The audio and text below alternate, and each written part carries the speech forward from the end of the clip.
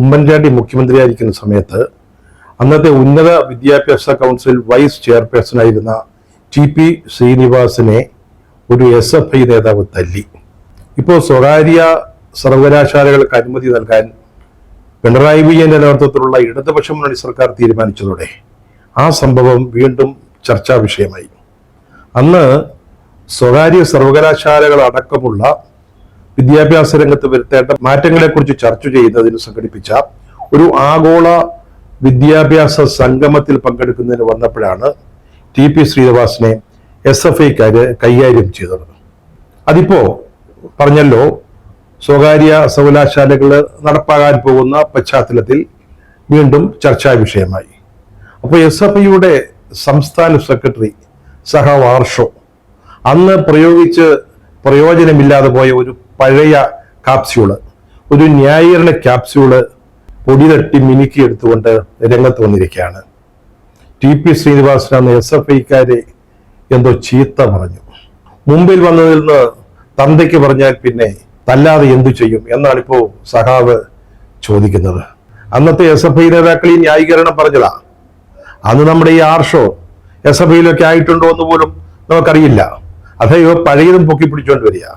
എന്റെ ആർഷോ ഒന്ന് ആലോചിച്ചു നോക്കി. വിവിധ രാജ്യങ്ങൾ ഇന്ത്യയുടെ അംബാസഡറായിരുന്ന, ദീർഘകാലം IFSൽ പ്രവർത്തിച്ച TP ശ്രീനിവാസനെ പോലൊരു വ്യക്തി SFIക്കാരെ അല്ലെങ്കിൽ ആരെയും ആവട്ടെ അതുപോലൊരു വാക്ക് ഉപയോഗിക്കുമെന്ന് താങ്കൾ പറഞ്ഞാൽ, അന്ന് പറഞ്ഞിട്ട് ആരും വിശ്വസിച്ചിട്ടില്ല. ഇന്നിപ്പോ താങ്കൾ പറഞ്ഞാൽ ഈ അന്തം കമ്മികൾ എന്ന് പറയുന്ന ചില ആളുകളുണ്ടല്ലോ, പാർട്ടിയുടെ കാര്യത്തിൽ അന്ധമായ വിശ്വാസവുമായി നടക്കുന്ന CPM പ്രവർത്തകര്, അവര് പോലും ഇത് വിശ്വസിക്കില്ല. താങ്കൾ ദയവ് ചെയ്ത് അതൊന്ന് മനസ്സിലാക്കണം. അന്ന് TP ശ്രീനിവാസൻ പറഞ്ഞൊരു വാചകമുണ്ട്, ആ വാക്ക് എൻ്റെ വൊക്കാബുലറിയിൽ ഇല്ല എന്നുള്ളത്. ഇന്നും അദ്ദേഹം അത് തന്നെയാണ് പറയുന്നത്. അത്തരത്തിലുള്ള വാക്കുകൾ എൻ്റെ പദസഞ്ചയത്തിൽ ഇല്ല. ഇനി അത്തരം വാക്കുകൾ വൊക്കാബുലറിയിൽ ഉള്ള ഒരാളാണെന്നിരിക്കട്ടെ, എന്തും ചെയ്യാൻ തയ്യാറായി, കൊല്ലാനും തല്ലാനും റെഡിയായിട്ട് നിൽക്കുന്ന SFIക്കാരുടെ മുമ്പിലേക്ക് ചെന്ന് നിന്നിട്ട് അവരോട് അവരുടെ തന്തയ്ക്ക് പറയാൻ ധൈര്യമുള്ള ആരാണ് ഈ കേരളത്തിലുള്ളത്? ഈ കേരള രാജ്യത്ത് ആരാണുള്ളത്? എന്നിട്ടാണ് താങ്കൾ TP ശ്രീനിവാസനെ പോലെ സംസ്ഥാനം, രാജ്യം ഒരുപോലെ ബഹുമാനിക്കുന്ന ഒരു വ്യക്തിയെ പറ്റി നട്ടാൽ കുരുക്കാത്ത നുണ, പച്ച നുണ പറഞ്ഞ് സ്വന്തം സംഘടന മുമ്പ് നടത്തിയ ഒരിക്കലും ക്ഷമിക്കാനാവാത്ത ഒരു തെറ്റിനെ ന്യായീകരിക്കാൻ ശ്രമിക്കുന്നത്. സഖാവേ, നിങ്ങളാരും ഈ TP ശ്രീനിവാസൻ എന്ന് പറയുന്ന ആളുകളെ പോലുള്ള മാന്യന്മാരുമായിട്ട് അടുത്ത് ഇടപഴകിയിട്ടില്ല. അതൊക്കെയാണ് നിങ്ങളുടെ പ്രശ്നങ്ങള്. കോട്ടയത്തെ ഒരു ASFന്റെ നേതാവായ പെൺകുട്ടിയെ, പട്ടികജാതി വർഗത്തിൽപ്പെട്ട ഒരു പെൺകുട്ടിയാണെന്നാണ് എന്റെ ഓർമ്മ, ആ കുട്ടിയെ അധിക്ഷേപിച്ചത്, ജാതി പറഞ്ഞ് അധിക്ഷേപിച്ചത്, അവരുടെ സ്ത്രീത്വത്തെ അവമാനിച്ചത് ഏത് SFI നേതാക്കളായിരുന്നു എന്നുള്ളതൊന്നും കേരളം മറന്നിട്ടില്ല. എന്നിട്ടാണ് TP ശ്രീനിവാസനെ പോലൊരാള് അസഭ്യം പറഞ്ഞു, കേട്ടാറയ്ക്കുന്ന തെറി പറഞ്ഞു എന്ന്. കേട്ടാറയ്ക്കുന്ന തെറി TP ശ്രീനിവാസൻ പറഞ്ഞു എന്ന് താങ്കള് മാധ്യമങ്ങളോട് പറയുന്നത്. താങ്കളെ കൂട്ടത്തിൽ ഒരു കാര്യം പറയുന്നുണ്ട്, TP ശ്രീനിവാസനെ തല്ലാൻ തീരുമാനിച്ചു പോയതല്ലെന്ന്, സംഘടനാപരമായി തീരുമാനം എടുത്ത് പോയതല്ലെന്ന്. അതിന്റെ അർത്ഥം എന്താണ് സഹാബി? നിങ്ങൾ സമരത്തിന് പോകുന്നത് അങ്ങനെയാണോ? കമ്മിറ്റി കൂടിയിട്ട് ഇന്ന ആളുകളെ തല്ലണം, ഇന്ന ആളുകളുടെ കാല് ചവിട്ടി ഒടിക്കണം, മറ്റവന്റെ പുറം പൊളിക്കണം, ഇങ്ങനെയൊക്കെ തീരുമാനിച്ചിട്ടാണോ നിങ്ങൾ ഒരു സമരത്തിന് പോകുന്നത്? അതുപോലെ തന്നെ താങ്കളുടെ മറ്റൊരു മൊഴിമുത്ത് അതും അവിസ്മരണീയമാണ്. അതായത് TP ശ്രീനിവാസനെ സുരക്ഷിതമായ ഒരു സ്ഥലത്തേക്ക് ഒരു കൂട്ടം SFIക്കാർ കൊണ്ടുപോകുമ്പോൾ അന്നേരമാണത്രേ അദ്ദേഹം ഇങ്ങനെ ഒരു കേട്ടാറയ്ക്കുന്ന തെറി പറഞ്ഞത്. അപ്പൊ ഈ നിങ്ങൾ സമരം ചെയ്യാൻ ചെല്ലുന്നിടമൊക്കെ സുരക്ഷിതമല്ലേ? ആർക്കും അതുവഴിയൊന്നും വരാൻ പറ്റില്ലേ? വന്നാൽ നിങ്ങൾ തല്ലുമോ? നിങ്ങൾ കൊല്ലുമോ? ഏതാണ് ഈ സുരക്ഷിതമായ ഒരു ഇടം? താങ്കൾക്ക് ഒരു പക്ഷേ ഓർമ്മയുണ്ടാവില്ല. അന്നും പത്രപ്രവർത്തനമായിട്ട് ഇവിടെ ഉണ്ടായിരുന്നതുകൊണ്ട് എനിക്ക് ഓർമ്മയുണ്ട്. അന്ന് TP ശ്രീനിവാസൻ കാർ ഇറങ്ങിയിട്ട് സമ്മേളന സ്ഥലത്തേക്ക് പോകുമ്പോൾ SFIക്കാരുടെ വലിയ കൂട്ടം അവിടെ കണ്ടിട്ട് അദ്ദേഹം പോലീസുകാരോട് ചോദിച്ചു, എനിക്ക് ഈ വഴി നടന്നു പോകാൻ പറ്റുമോ, അതെന്തെങ്കിലും പ്രശ്നമുണ്ടോ, തടസ്സമുണ്ടോ എന്ന്. അപ്പൊ പോലീസുകാരാ പറഞ്ഞത്, സാറേ ഒരു കുഴപ്പമില്ല, പൊയ്ക്കോളൂ, ഈ സമ്മേളനത്തിൽ പങ്കെടുക്കാൻ വന്നവരൊക്കെ ഈ വഴിക്കാണ് പോയത്. അപ്പൊ അങ്ങനെയാണ് അദ്ദേഹം അവിടേക്ക് പോയത്, അല്ലാതെ ആരും സുരക്ഷിതമായ സ്ഥാനത്തേക്ക് കൊണ്ടുപോയതൊന്നുമല്ല.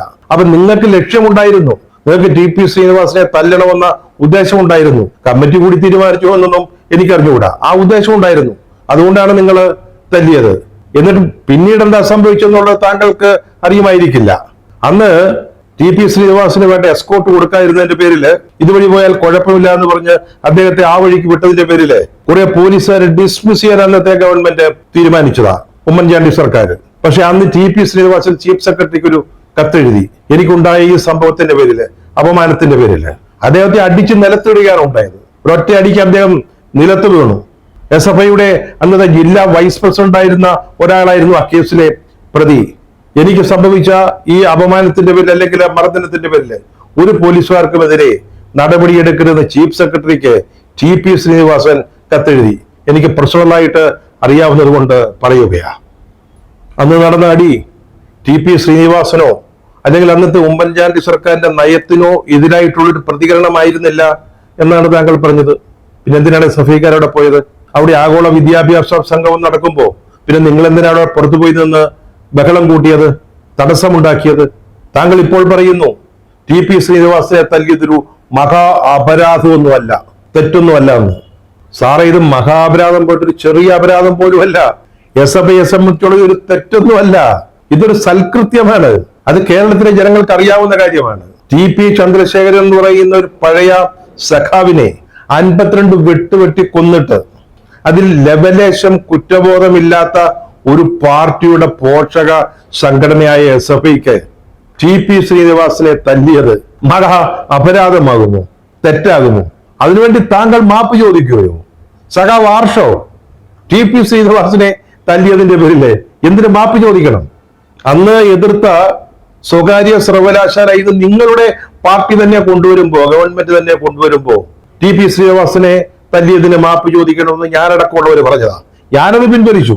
ഇതുപോലെ ഒരു മഹാ അപരാധമൊന്നും അല്ലാത്ത ഒരു കാര്യത്തിന് SFIയെ പോലൊരു ധീരവീര വിപ്ലവ സംഘടന എന്തിനു മാപ്പ് ചോദിക്കണം? മാപ്പ് ചോദിക്കരുത്. ഇനി ആരെങ്കിലും പാർട്ടിയിൽ നിന്ന് ആരെങ്കിലും പറഞ്ഞാൽ പോലും നിങ്ങൾ മാപ്പ് ചോദിക്കരുത്. അത് നിങ്ങളെപ്പോലുള്ള ഒരു വിപ്ലവ പ്രസ്ഥാനത്തിന് ചേർന്നതായിരിക്കില്ല. ഒരിക്കലും മാപ്പ് ചോദിക്കരുത്. SFI തെറ്റൊന്നുമല്ല ചെയ്തതെന്ന് അന്ന് തന്നെ അതിന്റെ നേതാക്കൾക്ക് ബോധ്യമുണ്ടായിരുന്നു. പിന്നെ നാട്ടുകാരുടെ കണ്ണിലൊന്ന് പൊടിവാരിയിടാൻ വേണ്ടി അന്ന് ആ കേസിലെ പ്രതിയായ ശരത്തിനെ SFI ജില്ലാ വൈസ് പ്രസിഡന്റ് സ്ഥാനത്ത് നിന്ന് ഒന്ന് മാറ്റി നിർത്തിയിരുന്നു. എന്നാൽ അദ്ദേഹം ഇന്ന് DYFIയുടെ മലയൻകീഴ് മേഖലാ സെക്രട്ടറിയാ, വിളപ്പിൽ ബ്ലോക്ക് കമ്മിറ്റി അംഗമാണ്. CPMന്റെ മലയൻകീഴ് ലോക്കൽ കമ്മിറ്റിയിലും ശരത്തുണ്ട്. അത് മാത്രമല്ല, 1.5 വർഷം മുമ്പ് സഹകരണ ബാങ്കിൽ ശരത്തിന് പാർട്ടി ജോലി തരപ്പെടുത്തി കൊടുക്കുകയും ചെയ്തു. അപ്പൊ നമുക്കറിയാമല്ലോ, പാർട്ടിയോ SFIയോ അന്ന് ടി പി ശ്രീനിവാസനെ തല്ലിയത് ഒരു അപരാധമായിട്ടല്ല, ഒരു വീരശൃംഖല അണിയിക്കേണ്ട ഒരു ധീരകൃത്യമായിട്ടാണ് കരുതിയിരുന്നത് എന്ന്. അല്ലെങ്കിൽ പുതിയ പുതിയ സ്ഥാനങ്ങളിലേക്ക് അദ്ദേഹം വരില്ല, പാർട്ടിയുടെ സഹകരണ ബാങ്കിൽ ജോലി കിട്ടില്ല. ഇനി പറ്റുമെങ്കിൽ ആർഷമൊക്കെ ഇടപെട്ട് ഒരു കാര്യം ചെയ്യണം. 1.25 വർഷം കഴിയുമ്പോൾ പുതിയ നിയമസഭാ തെരഞ്ഞെടുപ്പ് വരിക. അപ്പൊ അദ്ദേഹത്തിനെ ആ കാട്ടാക്കടയിലോ അരുവിക്കരയിലോ ജയിപ്പിച്ച് ജനാധിപത്യത്തിന്റെ ശ്രീകോവിലായ നിയമസഭയിലേക്ക് ആനയിച്ചു കൊണ്ടുവരണം കേട്ടോ. സംഘടനയ്ക്കായാലും സംഘടനയെ നയിക്കുന്നവർക്കായാലും ഈ രാഷ്ട്രീയം കൈകാര്യം ചെയ്തപ്പോൾ അല്പം ഉളുപ്പൊക്കെ വേണം. ഇത്രയും കാലം സ്വകാര്യ സർവകലാശാലകളെ വെല്ലുവിളിച്ച് നടന്നവരാ. അവരെ ഇവിടെ കാലുകുത്താൻ അനുവദിക്കില്ല എന്ന് പറഞ്ഞതാ. 20 വർഷങ്ങൾക്ക് മുമ്പ് മറ്റെല്ലാ സംസ്ഥാനങ്ങളിലും സ്വകാര്യ സർവകലാശാലകൾ വന്നു. അത് വരണമെന്ന് പറഞ്ഞത് നമുക്കിവിടെ പണമില്ലാത്തത് കൊണ്ടാണ്. നമുക്ക് കൂടുതൽ വിദ്യാഭ്യാസ സ്ഥാപനങ്ങൾ, ഉന്നത നിലവാരമുള്ള സ്ഥാപനങ്ങൾ ആരംഭിക്കാൻ പണമില്ലാത്തത് കൊണ്ടാണ്. അതുകൊണ്ടാണ് അന്ന് ഇതൊക്കെ ആലോചിച്ചത് ഉമ്മൻചാണ്ടിയുടെ സർക്കാരിന്റെ കാലത്ത്. അത് കഴിഞ്ഞ് 20 വർഷം കഴിഞ്ഞുപോയി. നിങ്ങളതിന് സമ്മതിച്ചില്ല. SFI, DYFI, CPM ആരും സമ്മതിച്ചില്ല. അപ്പൊ നമ്മളിപ്പോ ഈ 20 കൊല്ലത്തിന് ശേഷം പിന്നാലെ ഓടുകയാണ്. സമയം അതിക്രമിച്ചു എന്ന കാര്യത്തിൽ ആർക്കും സംശയമില്ല. നമ്മുടെ കുട്ടികളൊക്കെ ഇന്ന് കേരളത്തിന്റെ പുറത്തുള്ള സ്വകാര്യ സർവകലാശാലകള് അഡ്മിഷൻ വാങ്ങിപ്പോയിരിക്കുക. അന്ന് എതിർത്തത് സ്വന്തം ഗവൺമെന്റ് കൊണ്ടുവരുമ്പോ നിങ്ങൾക്ക് ജാള്യം ഉണ്ടാവും. അത് മനസ്സിലാക്കാവുന്ന കാര്യമാണ്. നിങ്ങൾക്ക് അതിനെ ഇപ്പോൾ എതിർക്കാനുള്ള ധൈര്യമില്ലെന്നും അറിയാം. പിണറായി വിജയൻ തീരുമാനിച്ചതാ. CPM എന്ന് ഞാൻ പറയുന്നില്ല, പിണറായി വിജയൻ എടുത്ത തീരുമാനമാണ്. അതിന്റെ നേർക്കൊരു ചൂണ്ടുവിരൽ, എന്തൊരു ചെറുവിരൽ അനക്കാൻ നിങ്ങളെ കൊണ്ട് സാധിക്കില്ല എന്നറിയാം. അപ്പൊ ആ ജാള്യം ഒന്ന് മറയ്ക്കാൻ ടി പി ശ്രീനിവാസനെ ഒന്നുകൂടെ ഒന്ന് പള്ളു പറഞ്ഞേക്കാം അല്ലേ? കേരളം ഇതൊക്കെ മനസ്സിലാക്കുന്നുണ്ട്, കാണുന്നുണ്ട്. സഖാവ് ആർഷോ ഇത് ഈ SFIയുടെ പുറത്തൊരു വലിയ ലോകം ഉണ്ടെന്നുള്ളത് താങ്കൾ മറക്കരുത്. സഖാവാഷോ അല്ലെങ്കിൽ SFI എന്ന് പറയുന്ന വിദ്യാർത്ഥി പ്രസ്ഥാനമേ, നിങ്ങളൊരു ആത്മപരിശോധന നടത്തണം. ഈ ഗൂണ്ടായിസം കൊണ്ടും കയ്യൊക്കെ കൊണ്ടും കാലാകാലങ്ങളിൽ പിടിച്ചു നിൽക്കാൻ സാധിക്കില്ല. നിങ്ങളൊരു വിദ്യാർത്ഥി സംഘടന ആണോ എന്ന സംശയം പോലും ഇപ്പോൾ ഉയരുകയാ. നിങ്ങളുടെ ഈ അടുത്ത കാലത്തെ അനുഭവങ്ങൾ, പഴയ കാലം വിട്, അടുത്ത കാലത്തെ നിങ്ങളുടെ പ്രവർത്തികൾ നോക്കിയാൽ മതി. ആ യൂണിവേഴ്സിറ്റി കോളേജിൽ പണ്ടുണ്ടായ പല സംഭവങ്ങളുണ്ട്, അതൊന്നും ഞാനിവിടെ പറയുന്നില്ല. ഈ അടുത്ത കാലത്ത് ഒരു ഭിന്നശേഷിക്കാരനായ വിദ്യാർത്ഥിയെ നിങ്ങൾ എന്താ ചെയ്തത്? അയാളുടെ ബന്ധുവായ ഒരു വിദ്യാർത്ഥിയോട് നിങ്ങൾ എങ്ങനെയാണ് പ്രവർത്തിച്ചത്? എങ്ങനെയാണ് അയാളെ കൈകാര്യം ചെയ്തത്? വയനാട്ടിലെ പൂക്കോട് വെറ്ററിനറി സർവകലാശാല, സിദ്ധാർത്ഥ എന്നൊരു പയ്യൻ, നിങ്ങളുടെ ആളുകളല്ലേ പീഡിപ്പിച്ചു കൊന്നുകളഞ്ഞത്? നിങ്ങളും നിങ്ങളുടെ പാർട്ടിയും ചേർന്നല്ലേ അവരെയൊക്കെ സംരക്ഷിച്ചത്? ഇപ്പോ കോട്ടയം നഴ്സിംഗ് കോളേജ്, അതിന് നേതൃത്വം കൊടുത്തവരാരാ? എത്ര ക്രൂരമായ റാഗിംഗ് ആണ് അവിടെ നടന്നത്.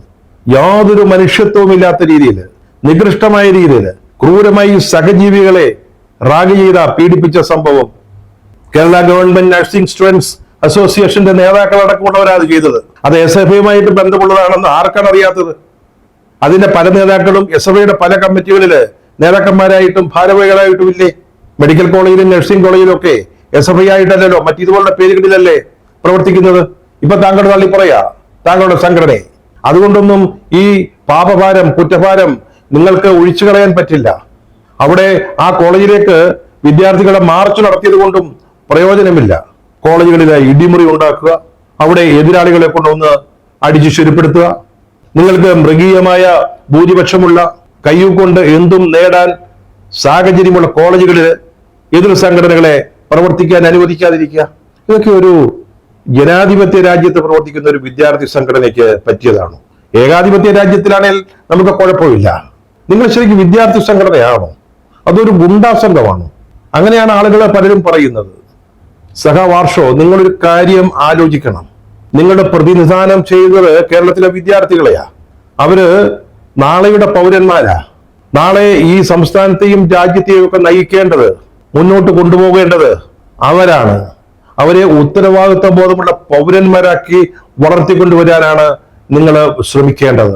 അല്ലാതെ IASകാരനെ തല്ലുന്ന അല്ലെങ്കിൽ സഹവിദ്യാർത്ഥിയെ പീഡിപ്പിച്ചു കൊല്ലുന്ന ഗുണ്ടാ മനസ്സുള്ളവരായിട്ടല്ല, അല്ലെങ്കിൽ ക്രിമിനൽ മെന്റാലിറ്റി ഉള്ളവരായിട്ടല്ല അവരെ വളർത്തിക്കൊണ്ടുവരേണ്ടത്. നിങ്ങൾക്ക് ഒരു ആത്മപരിശോധനയ്ക്ക് സമയമായിരിക്കുന്നു.